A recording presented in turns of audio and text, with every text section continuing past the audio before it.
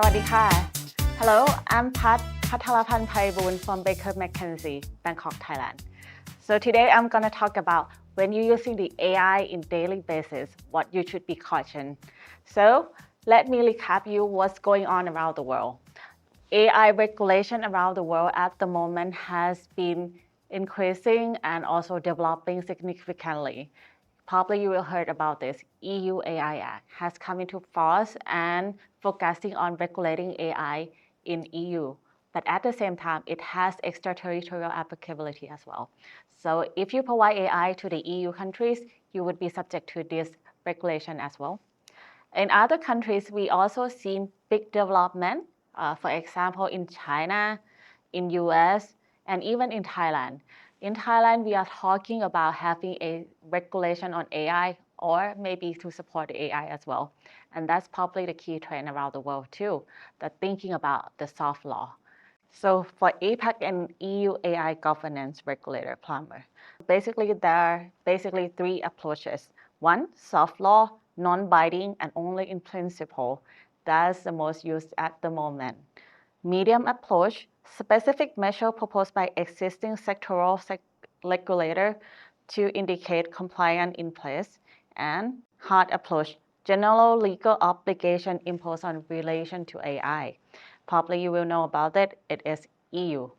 For the medium approach, China. And soft approach in so many countries, including Thailand. AI governance principle and regulatory landscape at the moment, you can see from the slide that there are many key trends and each country has different structure. So for Thailand, basically we do not have any mandatory obligation yet. It's more like a soft law. But I think this color would move to the much more harder and more regulation in the future too. The change has been quick and very fast, so therefore please keep monitor on the legal landscape. For Thailand, recently there was a public hearing on the principle of AI, regulating high-risk AI and also supporting AI in the countries. We are not so sure yet how it will go, but that's a big trend at the moment. But in Thailand, we have AI guidelines, especially for the sectoral agencies, financial, stock market, government agency, and science and technology. Specific guideline for those industries has been issued, and then you can follow this one too. Once you comply with the guideline, although it's not mandatory, at least it shows that you have a good intention, and therefore the risk of violating the law would be lower. How to use AI lawfully?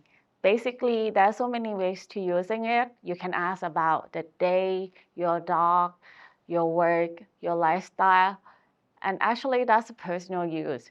So for the company, how are you going to use AI lawfully then?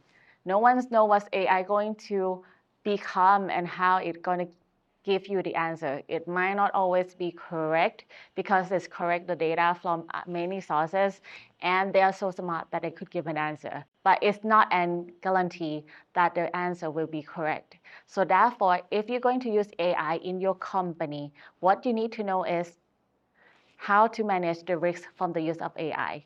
That's one thing that very recommended in the world right. There's a model that recommended to assess the risk of the AI at the moment that recommended under many laws and guidelines is AI governance model. Basically, it will help you manage reputation risks, legal risks, business risks, and also cyber risks as well. It will build trust. It will build trust, operational edge, compliance readiness, supplement AI and comply with the binding laws. Reputation risks and benefit would be reduced if you comply with the AI governance model.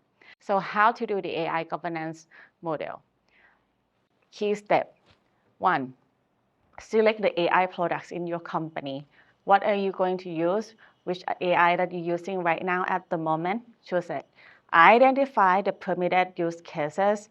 If, for example, if you choose to monitor the use of AI with CCTV, so you have to identify the permitted use case. For example, you can use the AI in the case of emergency that detect a face of a person, only that cases, but you cannot use it for commercial use.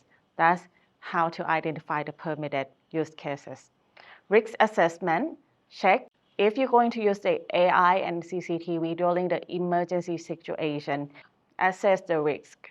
For example, if the risk from the emergency is identify a person and could harm that person, identify it, see it, if it would comply with the law or it would break the privacy of that person.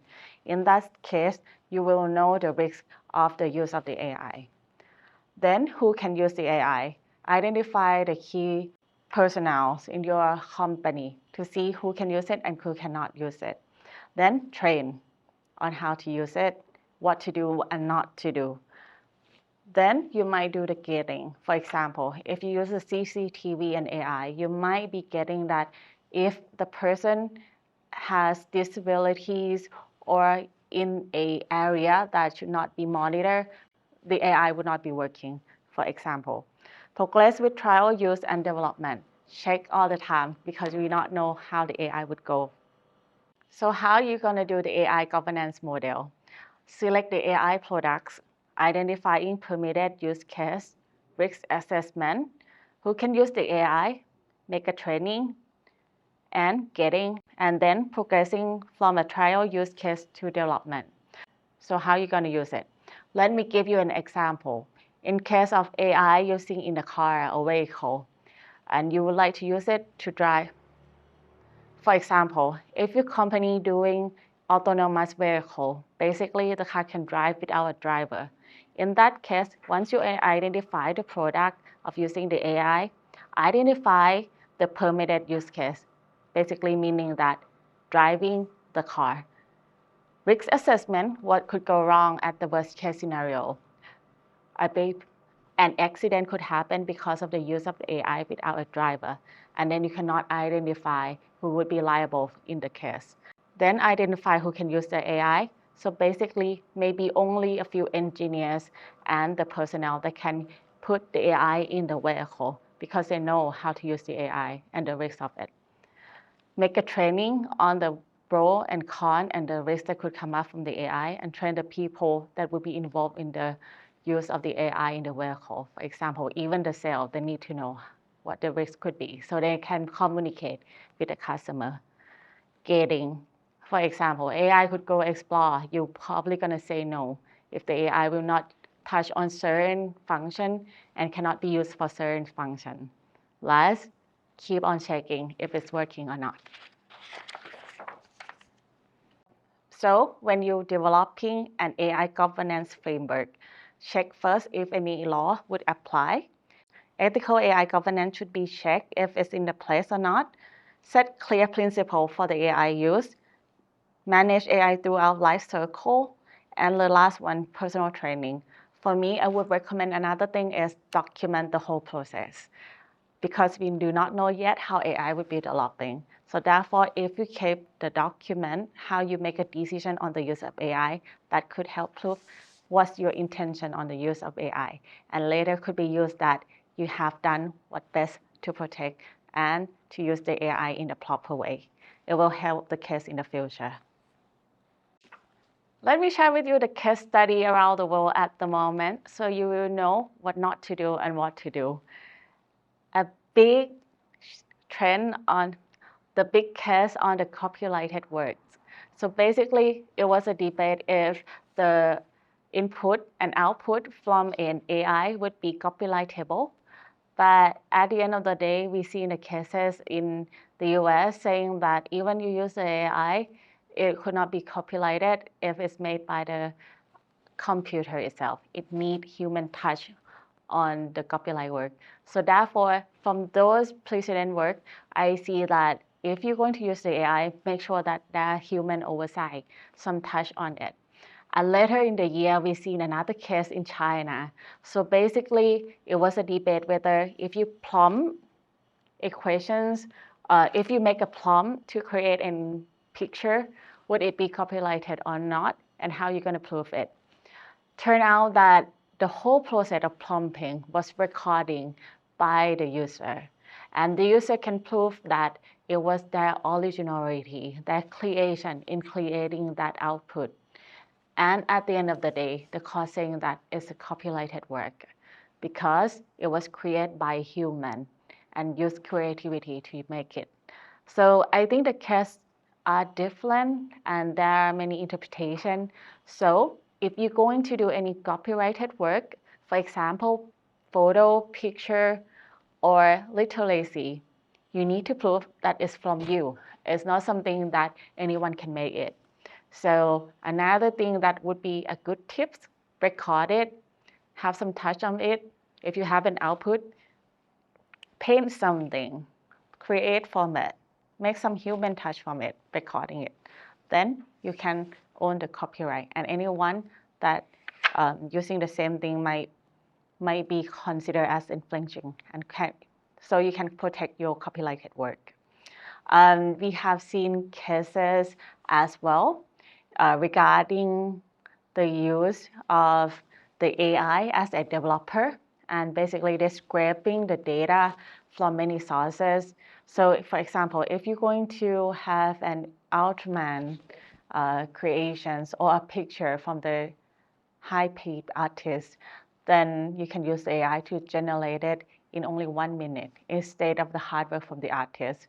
The outcome from that case basically saying that no, it is infringing the artist and the originality and the owner of the copyrighted work. So we see development in the preceding. Therefore, when you're developing an AI program, make sure that it will not infringing other copyright owners.